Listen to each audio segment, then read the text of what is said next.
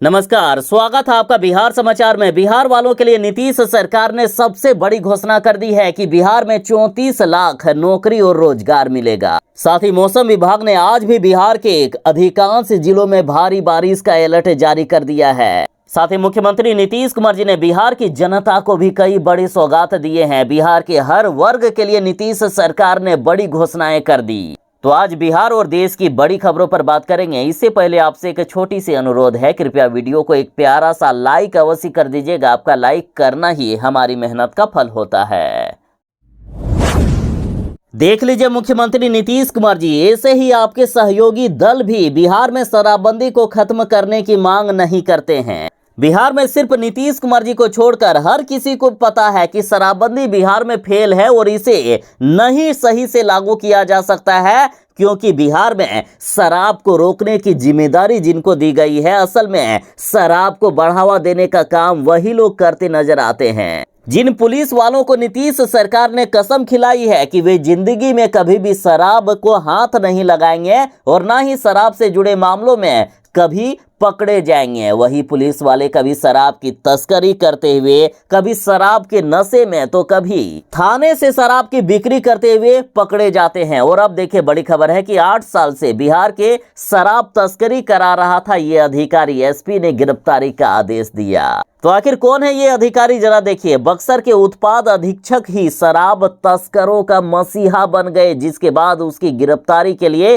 Arrest warrant जारी किया गया है। अब तो उत्पाद अधीक्षक पर ही शराब कारोबारियों से साठगांठ का आरोप लगा है। तो आखिर कैसे बिहार में शराब रुकेगा, बताइए। शराबबंदी कानून को वही लोग ठेंगा दिखा रहे हैं जिन्हें शराब रोकने की जिम्मेदारी दी गई है। चाहे जीतनराम मांझी हो, चाहे बीजेपी के नेता हो, या फिर नेता प्रतिपक्ष तेजस्वी यादव या पूरी राजद पार्टी, सभी लोग बिहार में शराबबंदी खत्म करने को लेकर लगातार नीतीश कुमार जी को सलाह देते रहते हैं। एक तरफ जहां बीजेपी की तरफ से सम्राट चौधरी ने कुछ दिन पहले नीतीश कुमार जी को सबसे बड़ा शराब माफिया कह दिया था, और उसके बाद अब देखिए बीजेपी के नेता ने बड़ा बयान दिया कि शराब पीकर लिखी गई है शराबबंदी की स्क्रिप्ट। बीजेपी नेता बोले कि नीतीश कुमार के पास ही रहता है शराबियों का जमावड़ा। तो आखिर कैसे बिहार में शराब रुकेगा?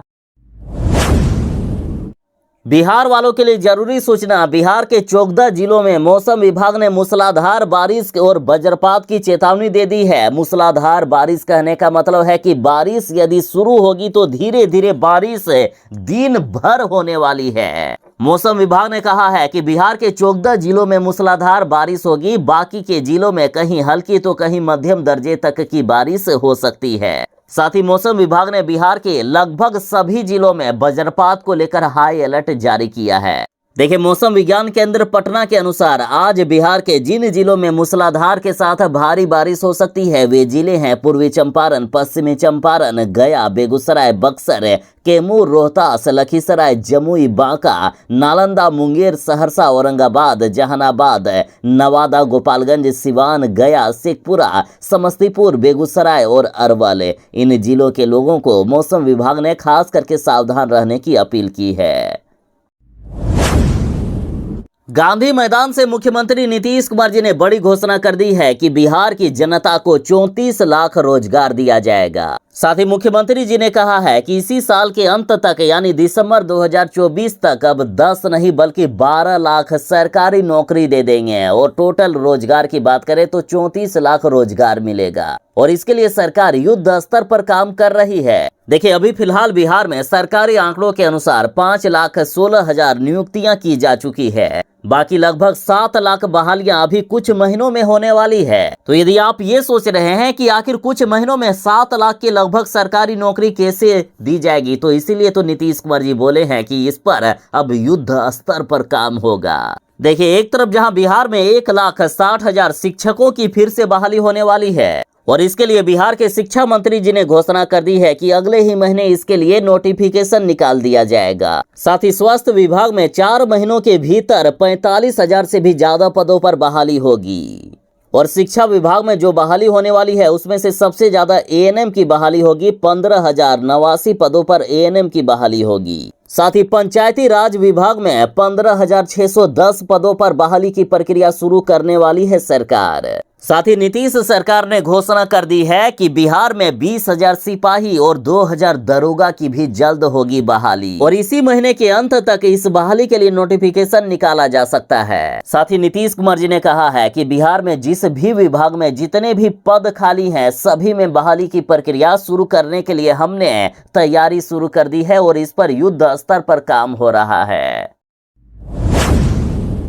बिहार के बेटियों के लिए बड़ी खबर है। बिहार की वैसी बेटियां जिन्होंने या तो इंटर पास किया हो या फिर ग्रेजुएशन पास किया हो तो उनको लगातार सरकार की तरफ से पैसे दिए जा रहे हैं और इस बार तो मैट्रिक पास करने पर भी बिहार के बेटियों को पैसे मिल रहे हैं। और इसी बीच बड़ी खबर है कि 40,000 छात्राओं को 50-50 हजार रुपए उनके खाते में भेज दिया गया है जिन्होंने स्नातक की परीक्षा पास कर लिए थे। मुख्यमंत्री कन्या उत्थान योजना के तहत ये राशि भुगतान किए गए हैं। वहीं अब भी करीब 70,000 छात्राओं का भुगतान आगे के चरणों में होना है, यानी जिन्होंने ग्रेजुएशन पास किया है वैसे बिहार की 70,000 बेटियों को जल्द ही 50-50 हजार रुपये की राशि उनके खाते में भेजा जाएगा। साथ ही खबर है कि मुख्यमंत्री कन्या उत्थान योजना के तहत जल्द ही इंटरमीडिएट उत्तीर्ण अविवाहित छात्राओं को शीघ्र ही 25-25 हजार रुपये का भुगतान उनके बैंक खातों में किया जाएगा और इसके लिए अभी ही सरकार ने 400 करोड़ रुपए की राशि की स्वीकृति भी दे दी है। इस राशि से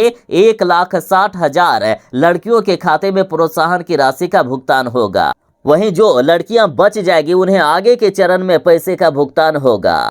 बता दें कि इस साल 5.5 लाख लड़कियों ने इंटरमीडिएट की परीक्षा पास की है। इसमें संबंधित पोर्टल पर राशि के लिए 4 लाख से भी अधिक अब तक निबंधन हो चुका है। तो बाकी जिन्होंने रजिस्ट्रेशन नहीं किया है तो एक बार और भी पोर्टल को खोला गया है, जल्द से जल्द रजिस्ट्रेशन कर दीजिएगा। बाकी जिन्होंने रजिस्ट्रेशन किया है उनके खाते में जल्द ही पैसे भेजे जाएंगे। इंटर की बात करें तो अभी 1,60,000 लड़कियों को बस कुछ ही दिनों में पैसे मिलने वाले हैं, बाकी लड़कियों को अगले चरण में पैसे मिलेंगे। मुख्यमंत्री नीतीश कुमार जी ने एक तरफ जहां 34 लाख रोजगार देने का ऐलान कर दिया है, उसी बीच बड़ी खबर है कि मुख्यमंत्री ग्राम परिवहन योजना के तहत 12,500 को मिलेगा रोजगार।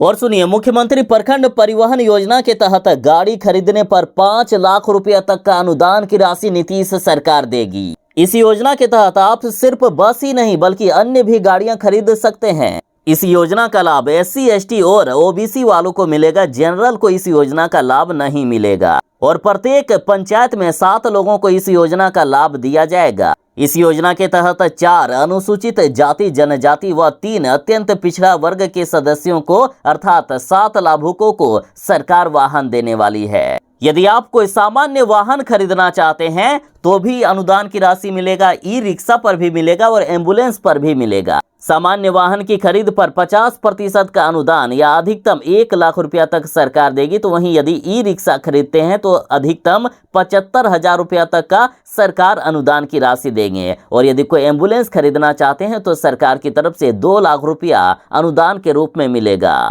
और यदि कोई बस खरीदना चाहते हैं तो लाभुकों को सरकार 5 लाख रुपया अनुदान के रूप में देगी। इसके लिए आवेदन की प्रक्रिया 1 अगस्त से ही शुरू हो चुकी है, जो कि 25 अगस्त तक ऑनलाइन आवेदन करने का लास्ट डेट है। तो समय बहुत कम बचा है, जल्द से जल्द आवेदन करें। आवेदन करने के लिए आपको Aadhaar card, PAN card, bank passbook, जाति और आवासीय प्रमाण पत्र आदि की जरूरत पड़ेगी। बिहार में मुख्यमंत्री सेतु निर्माण योजना फिर से शुरू होगी। ग्रामीण कार्य विभाग की बैठक में मुख्यमंत्री नीतीश कुमार जी ने बड़ा फैसला ले लिया है। देखिए, बिहार में इस बार मानसून शुरू होते ही 1.5 दर्जन से भी अधिक पुल पुलिया टूटकर धराशायी हो गए, जिसकी वजह से बिहार सरकार की सिर्फ बिहार ही नहीं बल्कि पूरे देश में बदनामी हुई। लोग नीतीश सरकार पर छी छी कर रहे थे और अब जाकर मुख्यमंत्री नीतीश कुमार जी ने ग्रामीण कार्य विभाग की समीक्षा बैठक की और विभाग को निर्देश दिया है कि जितने भी बिहार में पुल जो जर्जर हो चुके हैं उन पुल पुलियों की मरम्मत करें या फिर से उसे तोड़कर नया पुल का निर्माण करें। साथ ही मुख्यमंत्री जी ने ग्रामीण क्षेत्रों में मुख्यमंत्री सेतु निर्माण योजना की उपयोगिता को देखते हुए उसे फिर से शुरू करने का निर्देश दिया है। मुख्यमंत्री ने ग्रामीण कार्य विभाग के अधिकारियों को बचे हुए टोलों के लिए भी पथों के निर्माण कार्य जल्द पूर्ण करने के लिए कहा है। साथ ही बैठक में मुख्यमंत्री जी ने कहा है कि 2005 में सरकार आने के बाद हम लोगों ने पूरे बिहार में बेहतर पुल पुलिया और सड़क का निर्माण किया। हमारा काम सिर्फ निर्माण करना ही नहीं बल्कि उनका मेंटेनेंस करना भी है।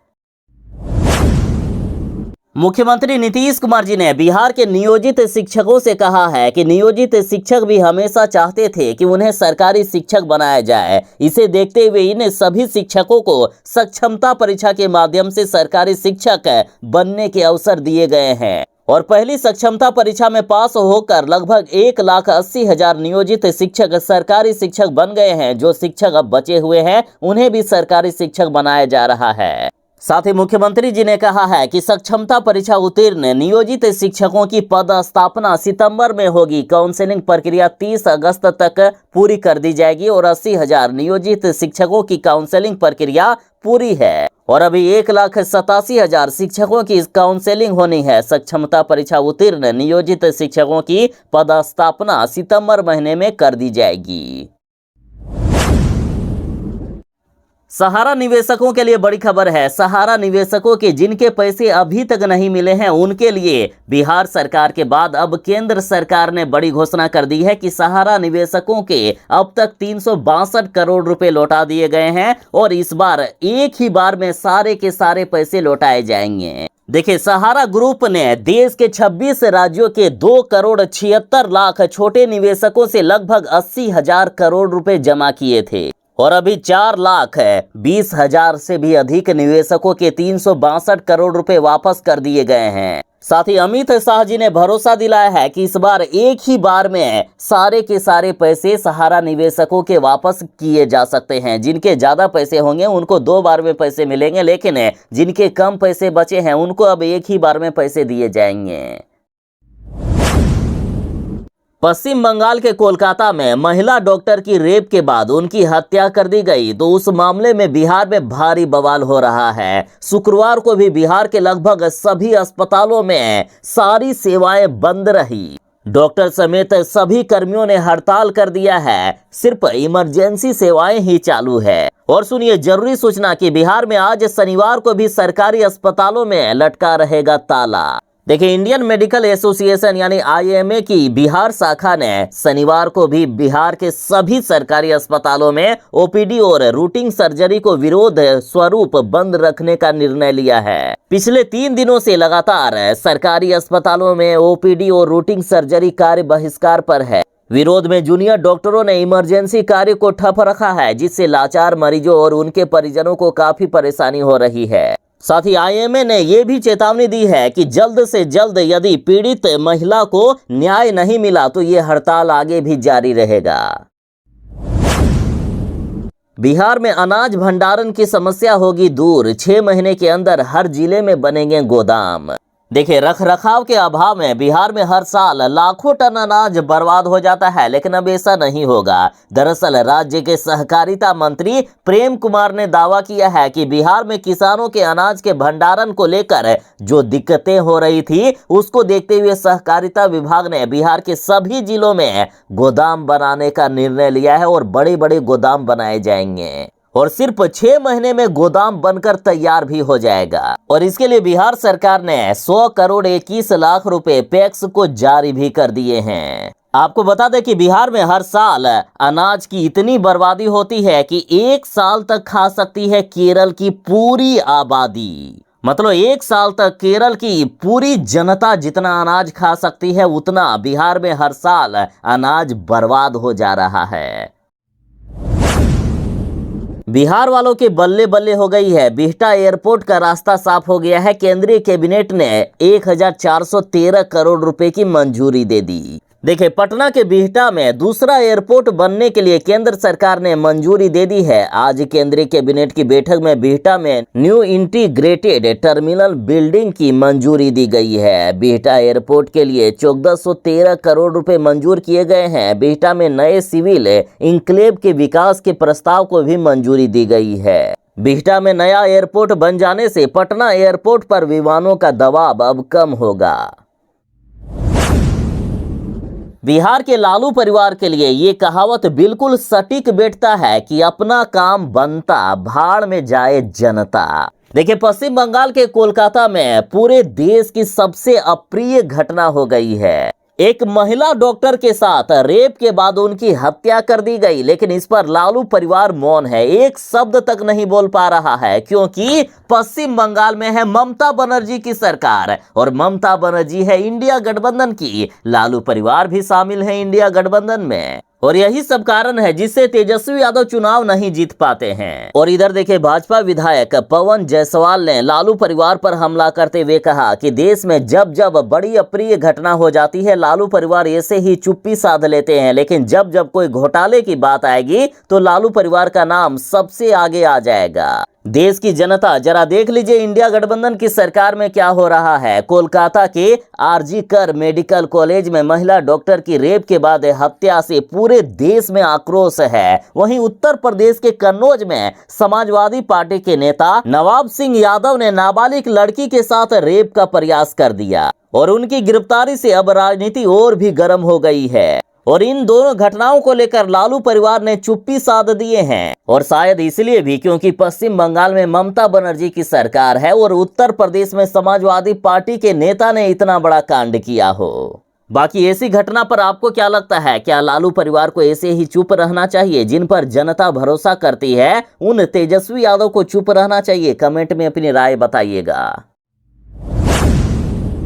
बिहार के सरकारी अस्पतालों में ताला लगा हुआ है। बिहार के सरकारी अस्पताल के डॉक्टर, नर्स या अन्य स्वास्थ्य कर्मी हड़ताल पर हैं। ऐसे में गरीबों को सबसे ज्यादा दिक्कत हो रही है। गरीब कह रहे हैं कि प्राइवेट में जाने की औकात नहीं है। बेतिया के जीएमसीएच में इमरजेंसी सेवा ठप रही, जिससे इस मां का दर्द जरा सुनिए। देखिए, कोलकाता के आरजी कर मेडिकल कॉलेज में महिला डॉक्टर की रेप के बाद हत्या से पूरे देश में आक्रोश है। तमाम चिकित्सक इंसाफ की मांग कर रहे हैं और इस वजह से बिहार के लगभग सभी सरकारी अस्पतालों के डॉक्टर हड़ताल पर चले गए हैं। अस्पताल में ओपीडी सेवा बंद कर दी गई है। डॉक्टरों ने मुख्य गेट पर नो सेफ्टी नो ड्यूटी का पोस्टर लगा दिया है और इस वजह से सरकारी अस्पतालों के बाहर दलाल सक्रिय हो गए हैं। गरीब मरीजों को मजबूरी का फायदा उठाकर बहला फुसला कर निजी क्लिनिक ले जा रहे हैं। इस बीच एक गरीब मां कहती है कि मैं अपनी बच्ची को लेकर इलाज कराने के लिए यहां आई हूं, कोई डॉक्टर इसका इलाज नहीं कर रहा है। मेरे पास इतने पैसे नहीं है कि मैं अपनी 6 महीने की बेटी को